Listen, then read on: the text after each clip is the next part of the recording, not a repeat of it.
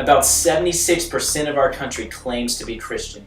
That means 3 out of 4 people claim to have God living in them. If that's the case, then answer this. Why do our morals continue to diminish? As Christians, we're supposed to live in a way that sets a good example, but it seems like the number of Christians actually doing that isn't so ample. I'm not here to judge, I have my flaws too. I'm here because I want to inspire you, to start a fire in you, a fire for God to want to spread His name instead of spending your life trying to get money and fame. Because opposed to what society says, life isn't about banking some big discount double check. It's about living for God because He saved your neck, because He lifted you off the deck, because without Him, we'd all be hopeless wrecks. But living for God doesn't mean you have to stop doing the things you love. It means you do them in a way that gives praise to Him up above, in a way that makes you stand out, not because you're cocky, flashy, or the best, but because you perform with an attitude that's different than all the rest. You see, Jesus tells us to go out and make disciples of all nations, and we have the ability to do that from all sorts of stations. Maybe your thing is music, sports, writing, or art. Whatever it is, it gives you the chance to play your part, a chance to make an impact on others, a chance to be able to call them your sisters and your brothers.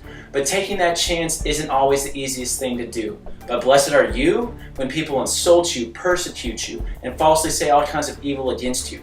Jesus tells us that in Matthew 5:11. And if we're blessed when we're mistreated for God, then why should we ever fear preaching about heaven? 76 is a pretty high percentage of self-proclaimed Christians, but there's another percentage I should probably mention. About 15% of our country has no belief in Jesus. That means almost 47 million people here don't realize how He's freed us. How on the day of crucifixion, He bled from 7 places, and through a combination of them all, our sin erases. The blood from His head erases the bad thoughts and the wrong things you say, while the blood from His side erases those rotten feelings you get in your gut some days. The blood from His back erases the times that you've turned away from Him, and the blood from His hands erases the things that you've touched that have caused you to sin. 6 and 7 are the blood shed from His 2 feet, and those erase the times that you've walked on the wrong street. Those 7 spots are the greatest gifts we could ever receive. And in return, is it too much for God to ask that we try to make others believe? Maybe you think, I'm not worthy of that gift. The matter of the fact is none of us are, but we can't go through life letting Jesus get nothing in return except a few scars. I can't say it's going to be easy. Actually, I can guarantee you that it won't be. But Christianity has been that way ever since Adam ate the fruit from the tree.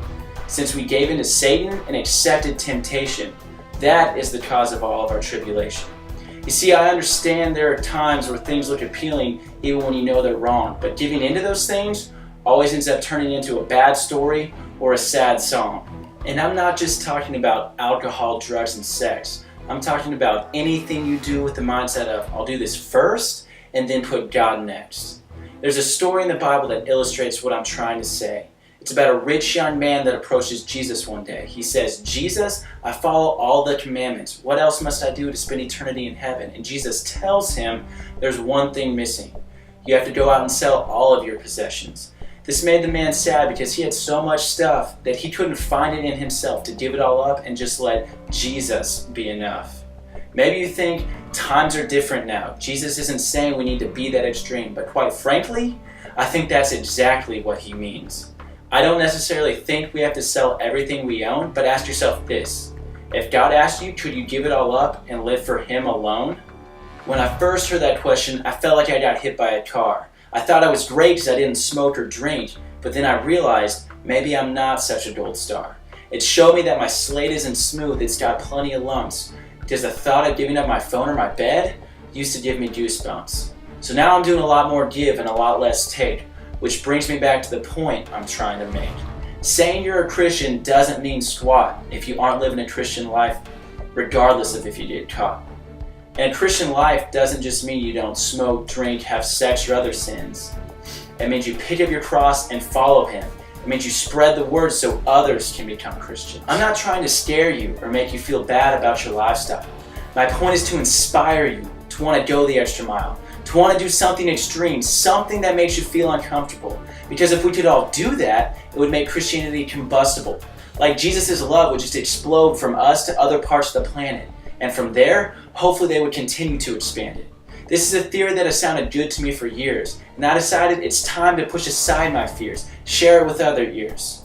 I don't know how much I've gotten through to you or how much you agree, but if there's one thing I hope I can make you believe, it's that faith without deeds is dead. And that's not a message from me, that's something the Bible said.